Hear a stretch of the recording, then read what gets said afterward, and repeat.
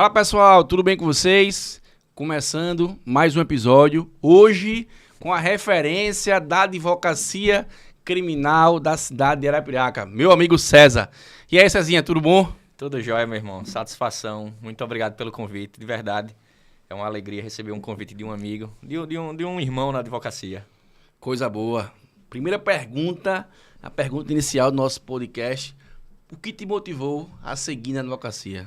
Cara, essa pergunta é muito boa, porque assim, toda vez que eu venho para um podcast ou uma entrevista, sempre me pergunta, Rodrigo, e eu sempre tenho uma resposta diferente, para você ver como é uma coisa assim, vou chamar até de sobrenatural, que me encantou com a advocacia. Eu acho que eu já nasci para ser advogado.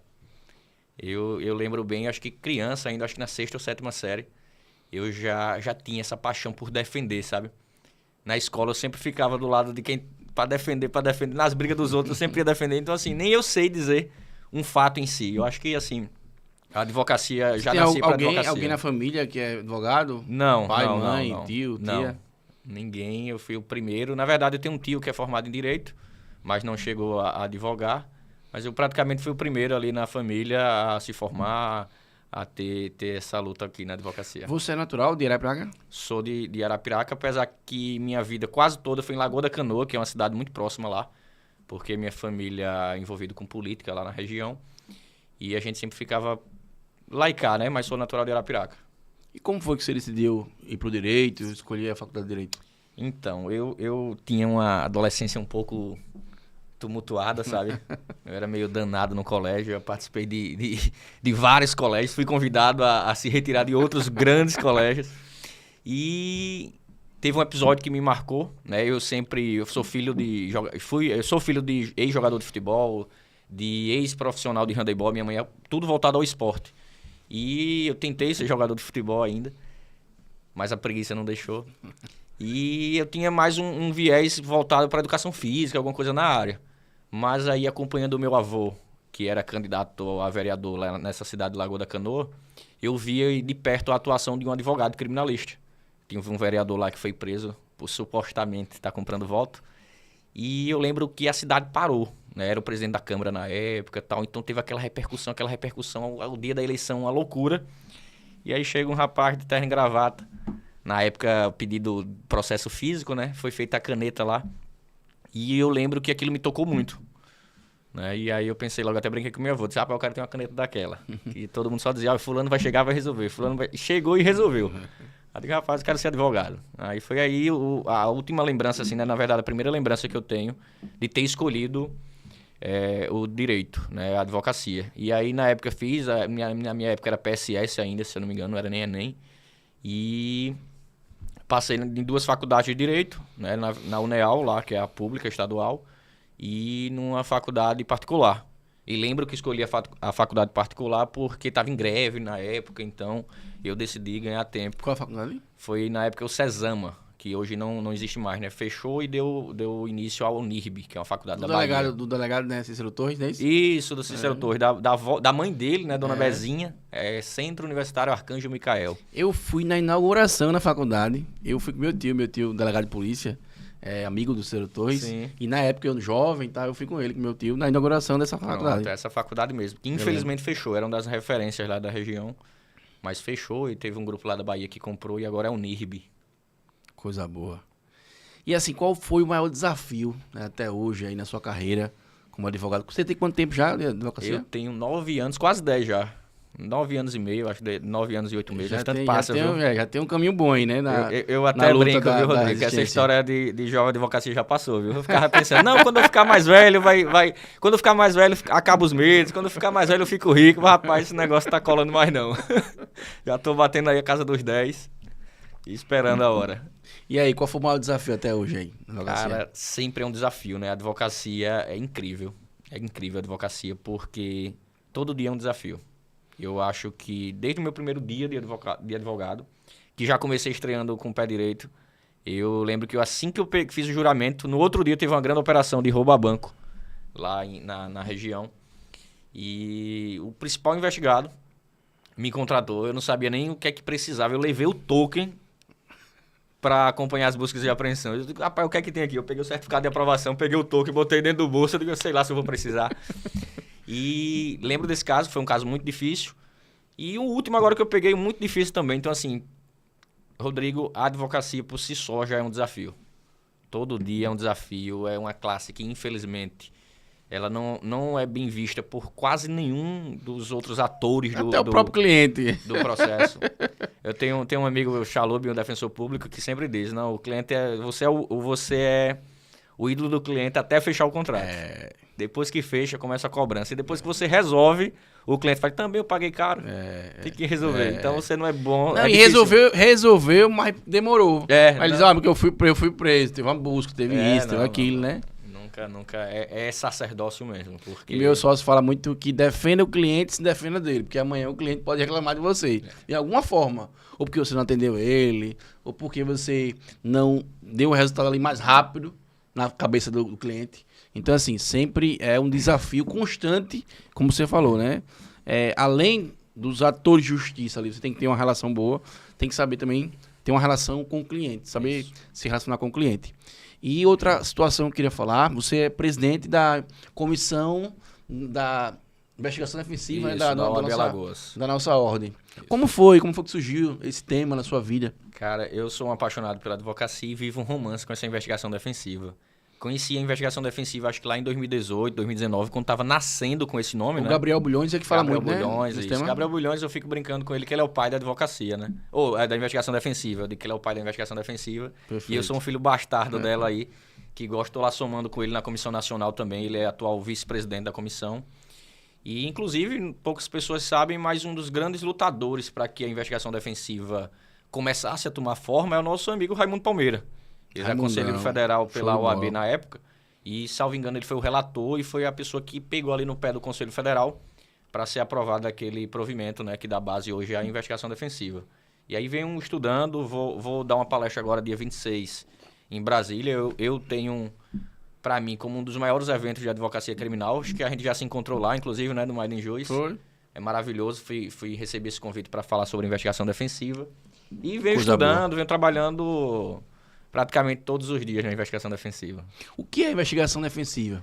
Cara, o que é que acontece? Por isso que eu falei que tomou forma com esse nome. Investigação defensiva, a investigação defensiva sempre existiu, né? Porque, como a gente estava conversando, o advogado é o cara do desafio. Então, antes de existir com esse nome, Rodrigo, o advogado já fazia investigação. Quem foi o advogado? Quem é o advogado que nunca saiu para diligenciar, para olhar como foi a cena do crime, para saber se você consegue localizar uma testemunha? Então, a investigação defensiva é essa altivez do advogado, dele sair da cadeira de espectador e esperar vir para aquele momento de se defender para uma cadeira de participante, de produção de provas, né? Eu gosto muito de assemelhar, o advogado vira praticamente com as mesmas funções de um delegado. E aí ele passa ali a fazer investigações, a produzir provas, lógico que todo obedecendo um regramento, mas a investigação defensiva é isso. É para se fazer uma investigação, às vezes nem sempre para se defender. Até tem um problema nesse nome, né? Investigação defensiva. Porque você pode também fazer investigações para ajudar a acusação, né? Atuando como agente de acusação, tentando descobrir algum crime.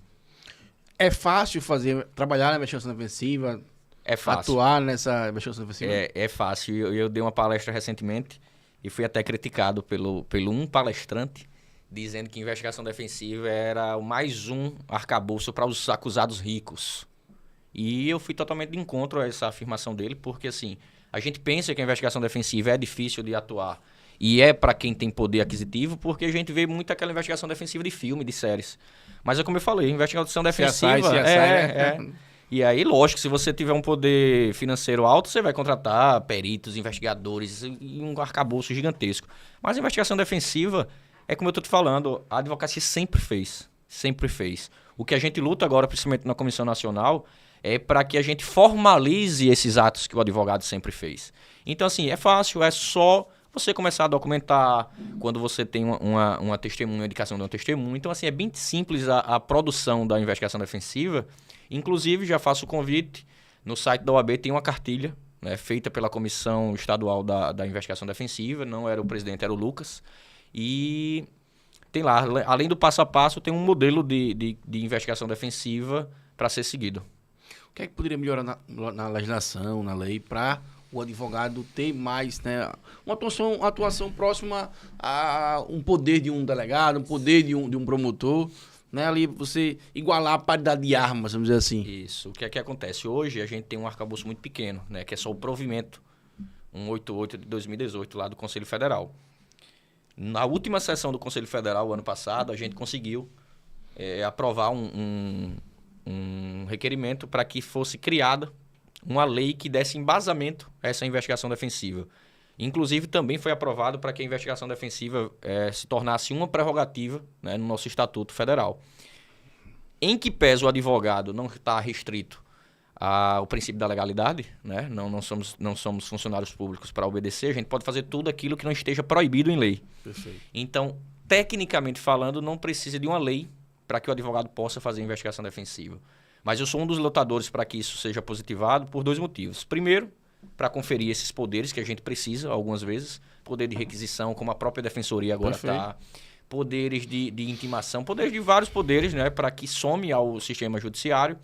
E principalmente, Rodrigo, para que dê um escudo para o advogado. Porque aqui em Alagoas, infelizmente, a gente tem acho que uns 2 ou 3 casos de advogados que estão respondendo processos criminais porque foram mal interpretados pelo delegado quando estavam produzindo a investigação defensiva. Foi mesmo. Teve um delegado que indiciou por coação ao processo, outro por coação à testemunha. E o advogado, a gente conseguiu, a OAB está atuando nessas defesas, e conseguiu provar que aquilo ali não era nada demais, era uma investigação defensiva propriamente dita.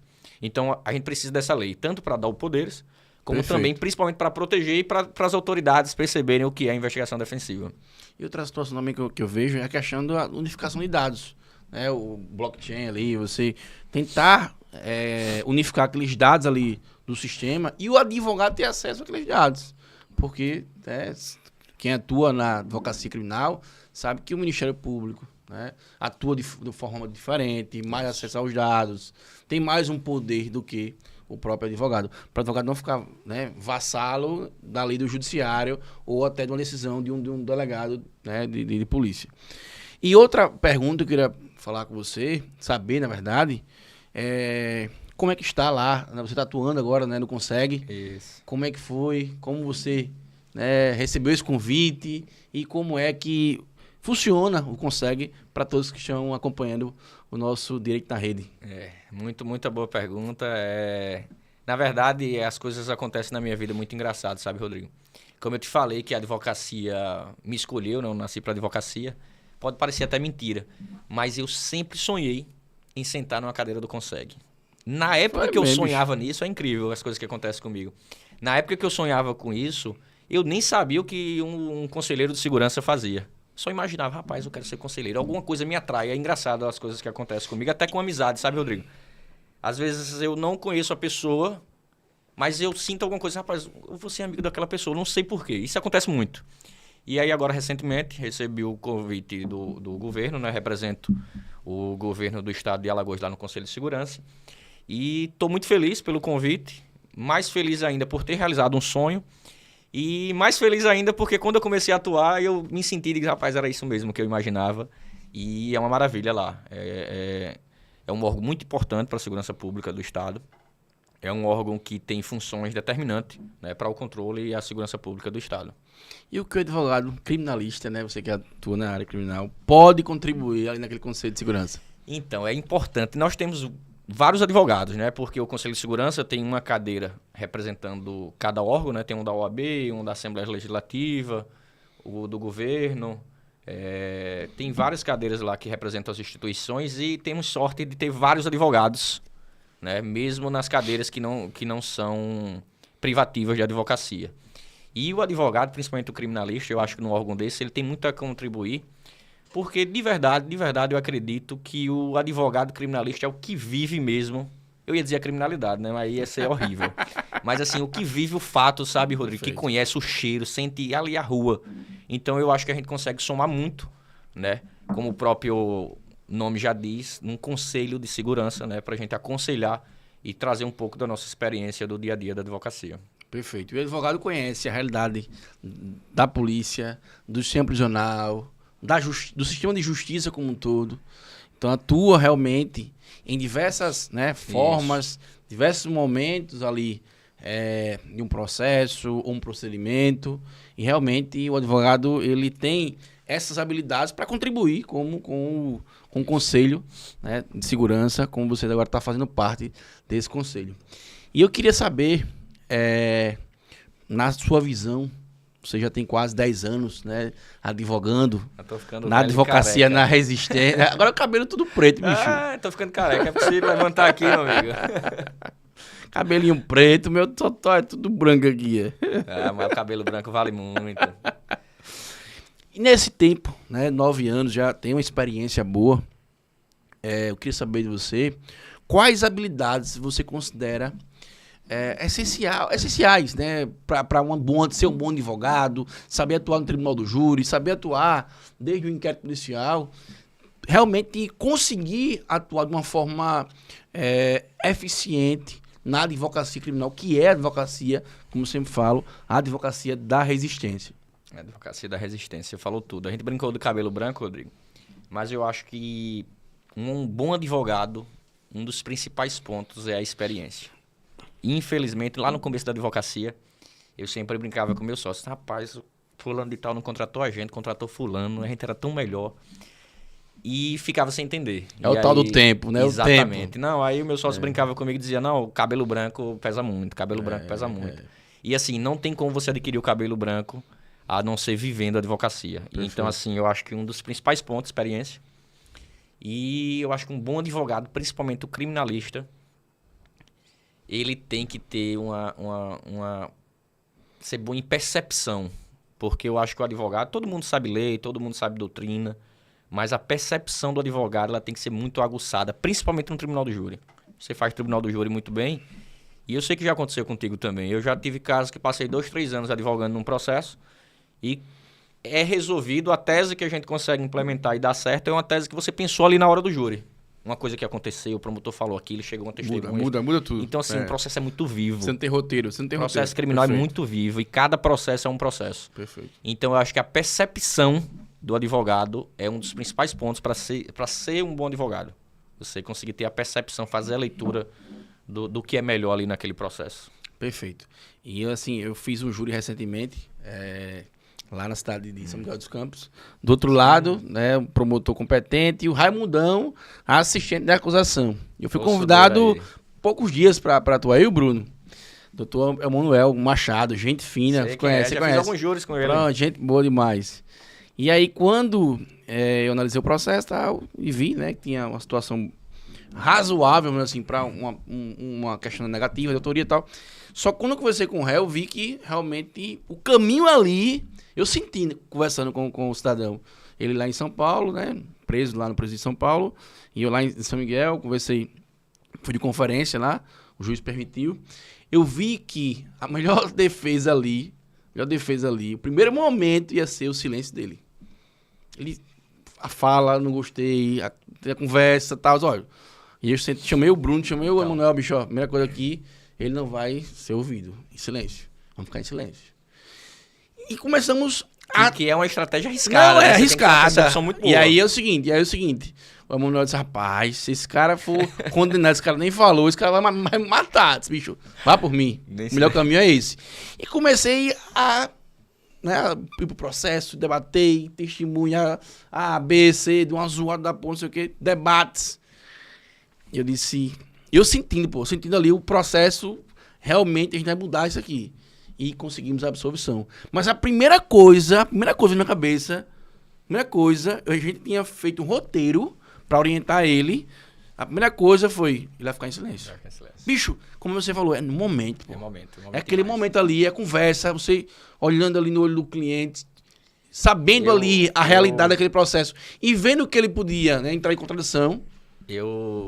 Então, isso, na verdade, esse seu exemplo junta as duas coisas. A experiência, porque você viu o tato ali, e a percepção.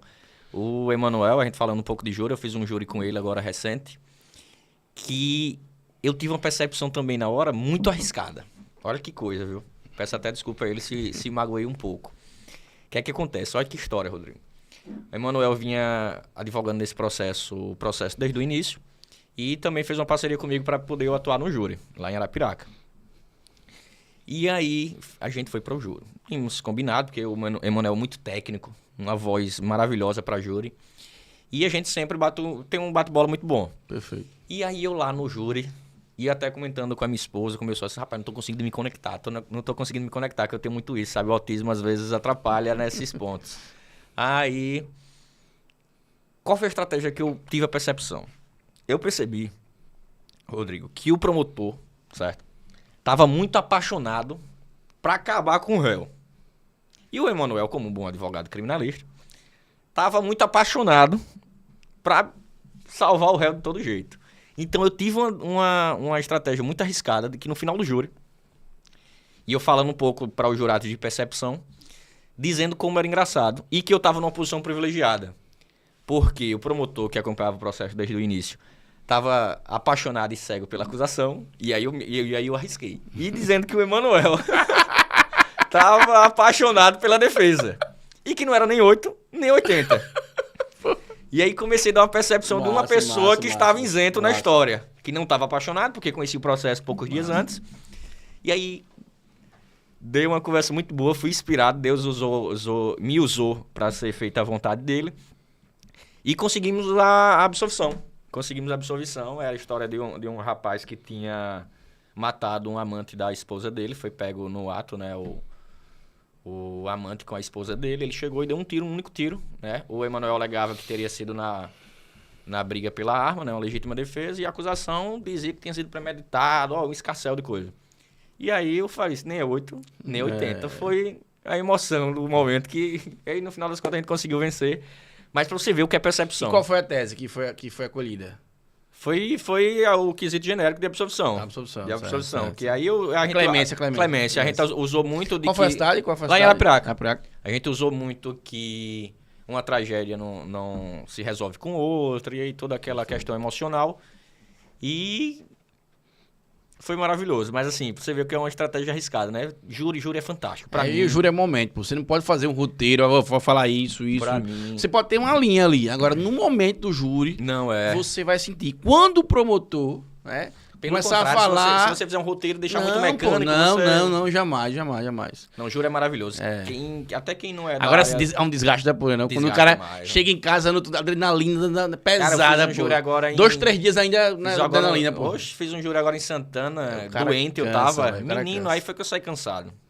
Júri o dia inteiro, acabou acho que 1h da manhã, tava cansadíssimo. E assim, é como eu tava falando, pra quem não advoga na área criminal... Eu acho que você quiser o ápice da advocacia, se você quiser sentir o que é ser advogado, é o júri. Tem que fazer um júri. É o júri. Eu até brinco com o meu sócio, com o meu irmão, que se eu ganhar na Mega Sena hoje, eu vou viver só fazendo o júri. O Trauzola, nosso amigo Trauzola, também veio aqui, né, no podcast.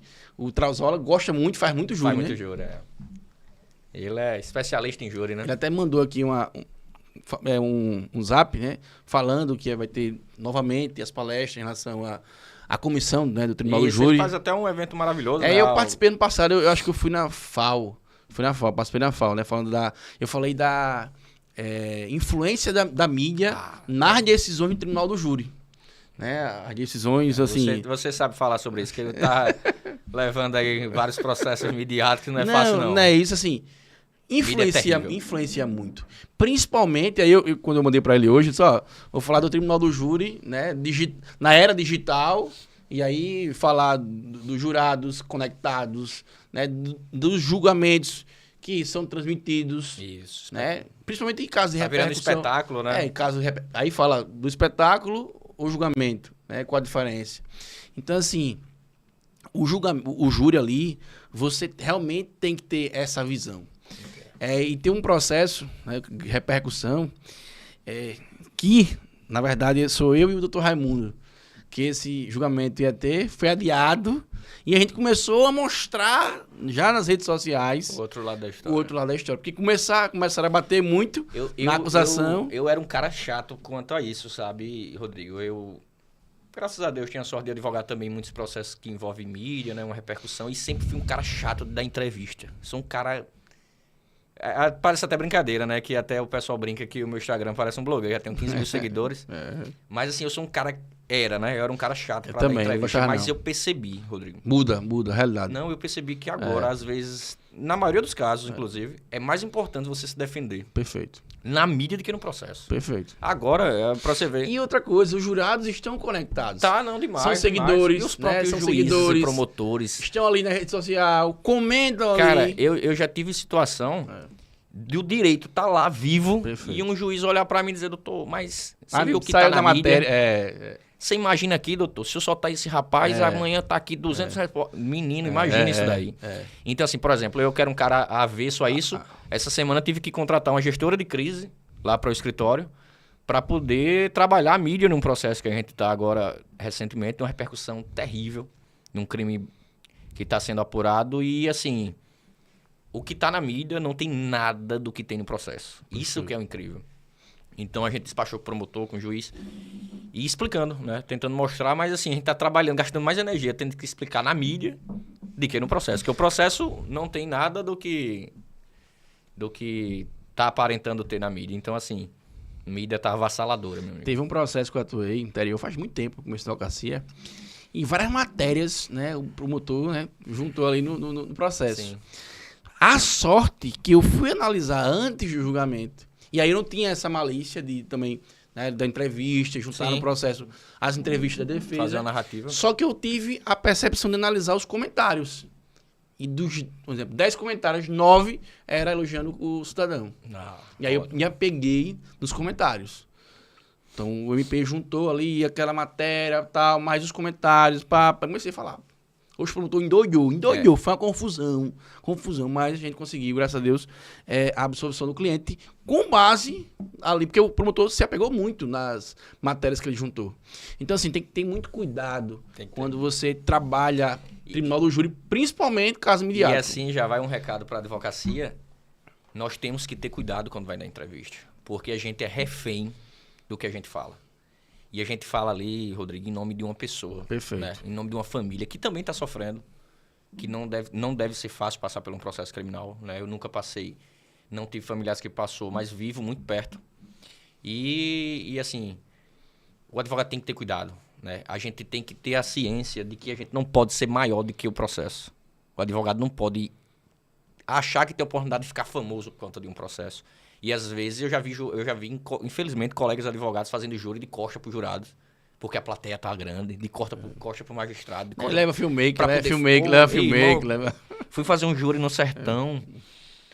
O advogado da assistente acusação levou um filmmaker e ele entrou com o microfone. Deus me perdoe, mas quando subiu, eu disse, isso aí vai, não, e outra coisa, vai se perder. E outra coisa, você também tem que saber o lugar que você está atuando ali.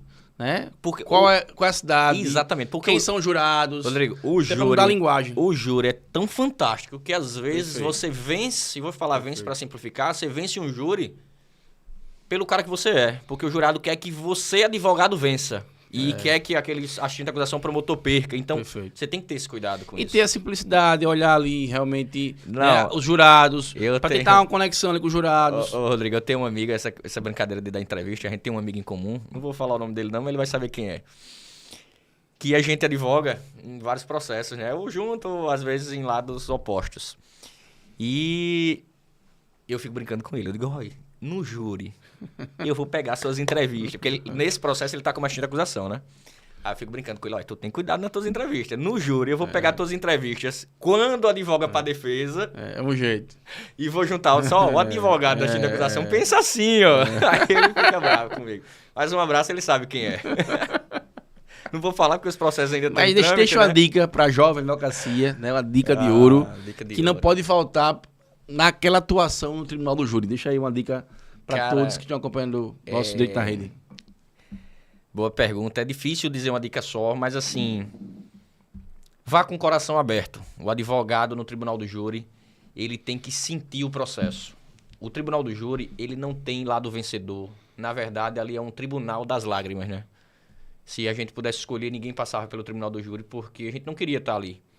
Por isso que o advogado tem que ter um coração aberto. Por quê? porque ali tem um lado do acusado que sofre, tem um lado da vítima que sofre também, porque por mais que seja uma negativa de autoria a sua tese, aconteceu o fato. por mais que não tenha sido seu cliente. Então tem que ter respeito, tem que ir com o coração aberto e com a mente aberta e viver a advocacia no tribunal. Show de bola. Cezinha, e eu queria também saber, né? Hoje no escritório, são quantos sócios, quantos advogados, quais as áreas, né, que vocês atuam na advocacia? Eu não sei se é o único, mas eu acho que é um dos únicos escritórios lá da nossa região, acho que do Agreste inteiro, que a gente trabalha só no criminal. 100% criminal? 100% criminal. Independente da matéria. Tráfico de drogas, homicídio. Da matéria. Hoje, né, a gente não tá... Mas não por conta de que a gente não queira, né? Mas, assim, dificilmente a gente pega tráfico de drogas, roubo. Normalmente a gente atua em grandes operações, né? Organização criminosa, ou em crimes de direito penal econômico e muito júri, né? Mas, assim, a gente é 100% criminal, tá? Eu tenho um sócio, o André, que inclusive ia estar aqui hoje, mas não conseguiu vir. Tinha um quase sócio chamado João Pedro. Rapaz, o menino é bom. Que deixou bom. saudade, não. Ele... Abraço pro André também, gente fina, André. E João Pedro, rapaz, o menino ia mas ser aí largou a advocacia, show. né? Rapaz, por quê? O cara ficou aí milionário e largou. Não quer trabalhar, não. É fazendeiro agora. É fazendeiro. Só quer saber do Mano Walter e criar boi. E nós temos lá, Rodrigo, alguns advogados parceiros, né? Não é associado, propriamente dito, mas temos mais outros 2 advogados que também fazem criminal. E tem uma advogada que a gente está abrindo uma sede em Lagoa da Canoa para ver se a gente consegue fazer lá previdenciário, mas não seria a gente, né? A gente vai abrir o escritório, mas ela é quem vai tocar. E lá a gente é 100% criminal. Show de bola. Eu queria saber também em relação à tecnologia. Né? O que você acha em relação ao futuro da advocacia, né? A IA, essas tecnologias que estão, né, no nosso mundo jurídico, o que elas podem impactar, né, em relação à nossa atuação, em relação ao escritório. Não sei se você já tem alguma IA, se já está estudando essa matéria. Sou fissurado nisso. É mesmo, bicho. Sou fissurado nisso. Porque a investigação defensiva, ela tem muito essa pegada de tecnologia, né? Até por conta dos tipos de perícia. Eu sou um fascinado em prova digital. Inclusive, a minha palestra mesmo que eu gosto de dar, é investigação defensiva e provas digitais, né? Aquela questão de quebra de sigilo telemático, como é que pode invadir um celular, como é que pega. Cara, eu gosto demais disso. E sou fascinado em IA. Sou fascinado, eu acho que eu assino umas 10 lá. Todas que você perguntar, eu assino. É mesmo. A do Elon Musk, uso mais o do ChatGPT. Por mais que muita gente não indique, eu acho que com todo o costume que eu já tenho, eu gosto mais dela. Você dá bom dia pra ela, não? Dá bom dia? A minha esposa me filmou hoje. Bom dia, ChatGPT. É incrível, mas assim, é aterrorizante até. Eu assinei também. Eu fico brigando, eu fico brigando às vezes. Eu fiz uma pergunta a ela hoje e ela não respondeu como eu queria. E aí eu fico brigando lá, até minha esposa começou a filmar, só pra que o cara brigando. Não, eu sou fascinado. E assim, não tem como mais a advocacia se apartar disso. Não tem como. É a realidade. Não tô dizendo aqui que a IA ou a tecnologia vai suprir o advogado, não. Isso aí não vai de jeito nenhum. Mas assim, é uma pergunta que eu ia falar, né, em relação à substituição do advogado, que eu acho que também não vai substituir, mas os grandes escritórios, principalmente aqueles que atuam, né, na advocacia full service, vão reduzir o número de advogados. Vão. Vai ser mais tecnológico, menos artesanal, e aí o advogado vai ter que ter o seu escritório. Vai ter. Por isso que eu falo, a sua advocacia ela tem que ser empreendedora e digital. Exatamente. Se você... Tem um livro que eu estou lendo, que ele fala o futuro da advocacia. Ele diz, ou você é advogado global, e aí entra empreendedorismo, marketing, vendas, IA, ou você vai ser advogado Uber, que ele fala. Então, assim, você precisa acompanhar a tecnologia, acompanhar essa evolução. Precisa cada vez mais. E principalmente, Rodrigo, hoje que os processos estão muito digitais, né? Perfeito. A gente atua muito em organização criminosa, em crime de repercussão. Você pega um processo de 3, 4, 5, 6 mil páginas, com diversos arquivos digitais, com várias horas de gravação, de interceptação telemática, de tudo. Então, assim, como é que você humanamente, na verdade, o advogado ele tem que partir para esse ponto. Porque, assim, se você não parte para essa ajuda da tecnologia, ou até a própria investigação defensiva para se equipar para uma defesa, você não está cumprindo seu papel. Até para igualar ali com o promotor, porque o promotor passa anos ali, né? Cheio de assessores, cheio de tem grupos do Ministério Público que tem uma estrutura né, de estados, vamos dizer assim. Isso, né, exatamente. para investigar. Então, Então, se assim, você não realmente se você não se pegar amarrar isso, você não vai estar prestando um serviço bom, porque é impossível hoje você apresentar uma defesa num processo criminal, apresentar uma alegação final no processo criminal, sem se abraçar com esse arcabouço que a tecnologia tá nos dando, né? É muito importante. Show de bola. Em relação às redes sociais, né? Nosso tema aqui é o nosso podcast é o Direito na Rede. Eu pensei na questão tanto jurídica e na questão das redes sociais, né? Você falou que não gostava, nem eu também, assim, eu não gostava O das redes advogado dos sociais. blogueiros não gostar de rede social, isso não existe. Até 2023 ali, até outubro de 23, eu não gostava das redes sociais. Aí comecei a falar da questão dos jogos, né, dos sorteios, e aí foi Cara, só aumentando os seguidores nas redes sociais. Então, assim, como você acha que o advogado deve, né, se portar ali nas redes sociais? Como ele deve atuar, né? Que hoje praticamente é uma atuação que você tem que fazer ali, levando conteúdo, claro, respeitando, né, o marketing jurídico. Mas, assim, como é que você faz lá no seu escritório, né, na sua advocacia?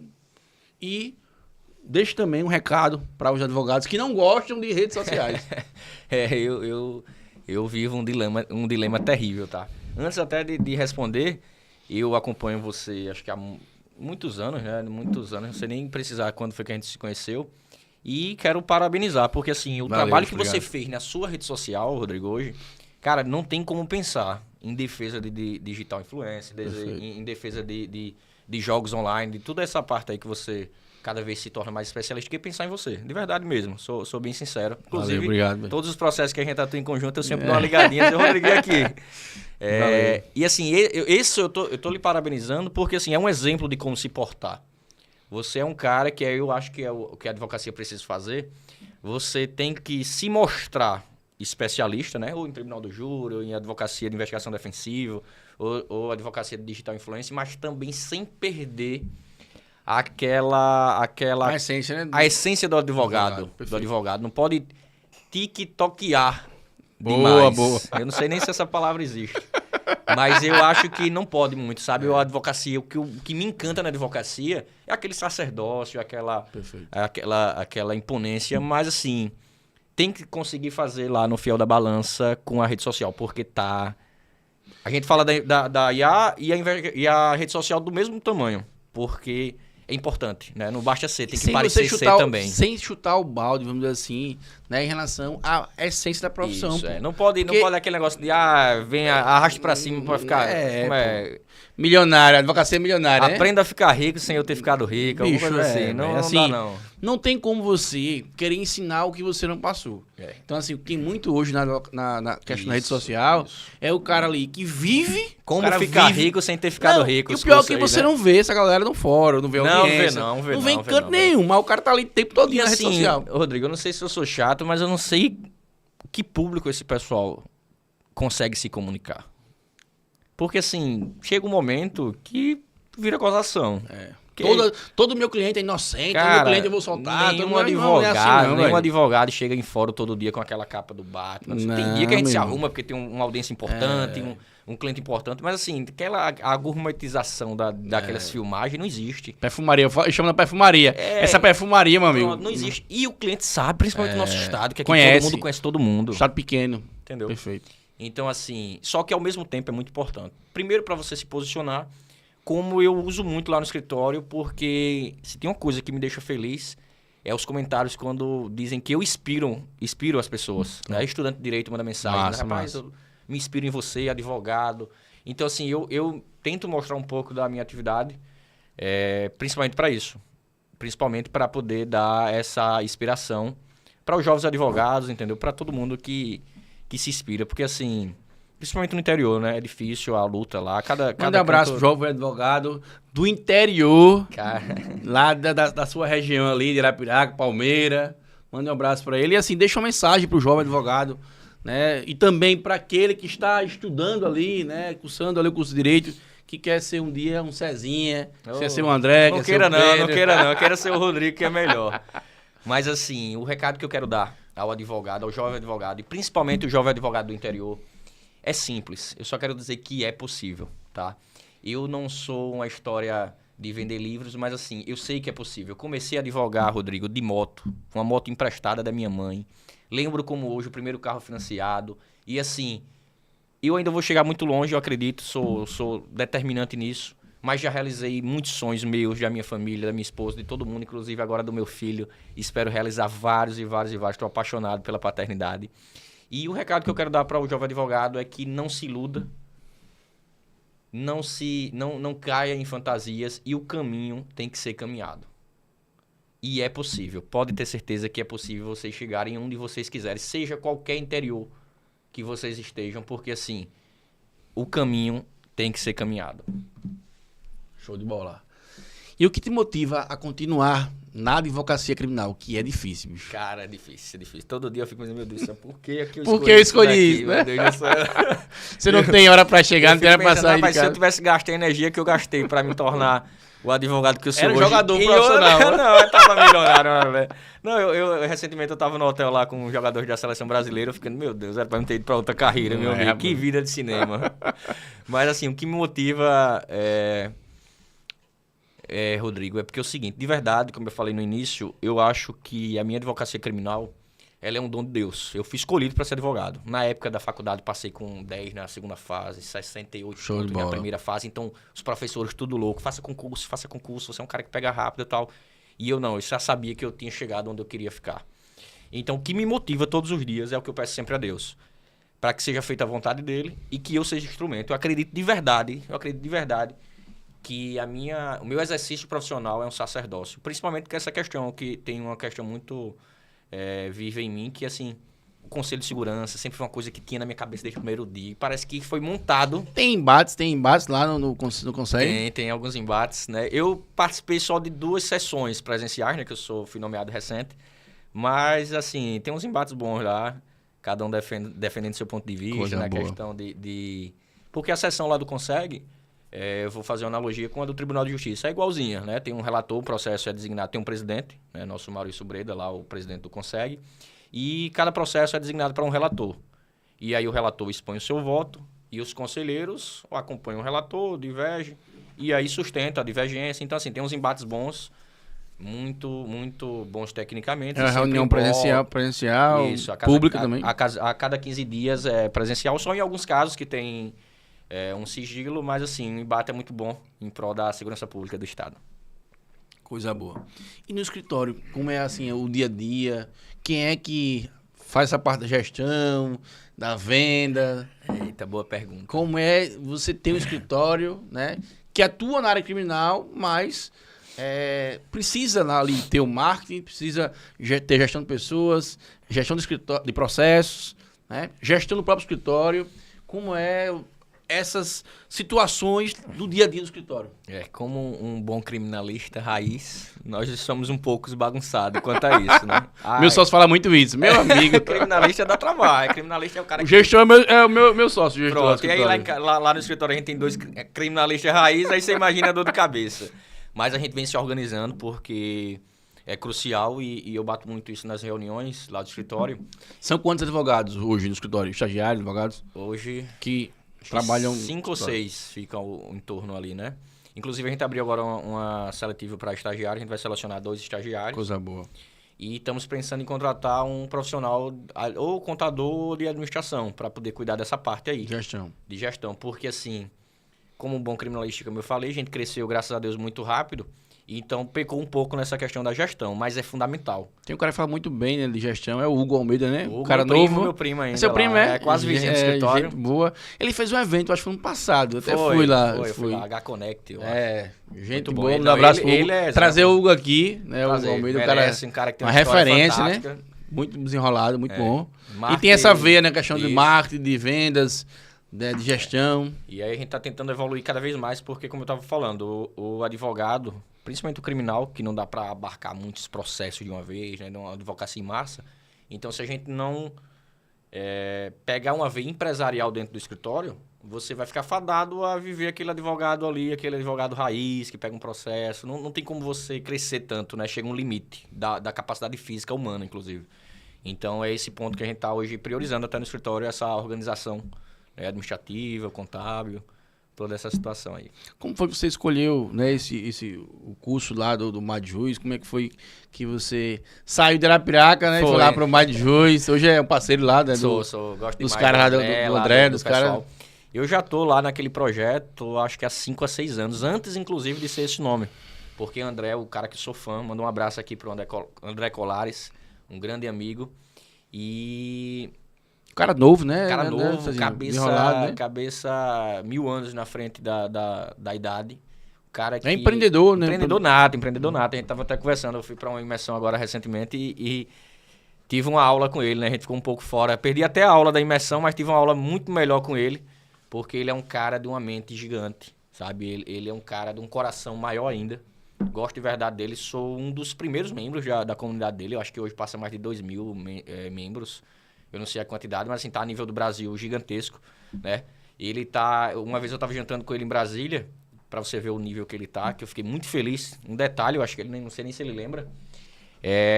A comunidade dele tá com uma relevância tão grande, Rodrigo, no Brasil, que a assessoria dele postou um julgado, só que colocou a foto de outro ministro no julgado. Então, a assessoria do ministro que tinha feito o julgado entrou em contato para dizer que era deles e que tal. Então, para você ver, a Daniela Teixeira, uma ministra da STJ, Perfeito. sempre reposta, o Schietti sempre reposta. Então, Perfeito. assim, um cara que saiu, eu conheço ele, Rodrigo, quando ele era associado num pequeno escritório. É mesmo. Ele pensava ainda em fazer o Maiden Juiz, que na verdade era outro nome que eu não me recordo agora. E é fantástico. Para mim, sem sombra de dúvida, é o maior portal da advocacia criminal. Os eventos dele são maravilhosos. Depois eu peço a comissão, né, pela propaganda.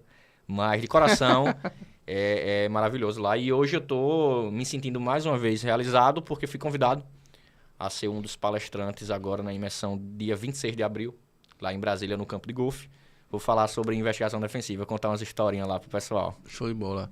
E assim, para o advogado, né, o antigo advogado, o que está começando, o que é que você deixa aqui de conselho para esse advogado que está começando, ou o advogado antigo que ali está desmotivado, que não quer mais, né, estar realmente na militância ali da advocacia criminal? O que é que você deixa aqui de conselho, de dica para esse advogado?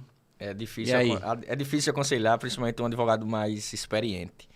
Mas eu imagino, né, que exista, né, muitos advogados desmotivados, porque a advocacia não é fácil. A advocacia, ela realmente exige muito da gente. E o conselho que eu posso dar é que se apaixonem de novo pela advocacia. Que se apaixonem pela advocacia, porque a advocacia é fantástica. Lembre daquele dia que você foi essencial na vida de alguém.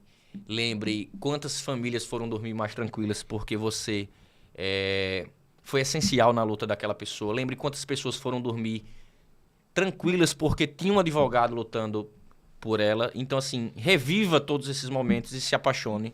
Todo dia, uma nova paixão pela advocacia. Show de bola. É assim, quando você chega... E aí, né, vamos olhar para o Tribunal do Júri. Quando você chega ali naquele interior, né, todo mundo, né, falando do seu cliente, todo mundo com raiva do seu cliente, teve uma repercussão ali no interior, e aí você chega, todo mundo olhando para você, todo mundo com raiva de você, e quando você senta, né, começa a perguntar, e no final... a defesa está com a palavra, você muda ali a realidade, muda o jogo, né? Muda o jogo e você vê os olhares ali das pessoas que estão assistindo, ou o próprio olhar de um jurado, pensando, não pensei dessa forma. E no final o resultado, né? Uma absolvição. É fantástico. Pô, bicho, assim, você olha realmente, pô, agora eu sei o que é advocacia criminal. Você começa a ver, começa a sentir, né, a advocacia criminal quando você faz um júri. Eu acho que assim, o ápice da advocacia criminal é o júri. Você fala e eu fico arrepiado, porque assim, não tem sentimento, né, não tem sentimento que se iguala, é um sentimento muito único.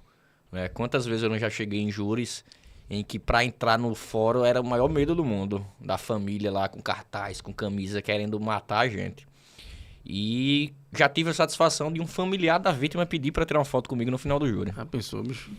Do tanto que eu fui respeitoso com a família, o quanto eu consegui demonstrar que, por mais que tenha existido o fato, não tinha sido meu cliente. Perfeito. Então, assim, a gente vai do céu ao inferno em questões de horas, né?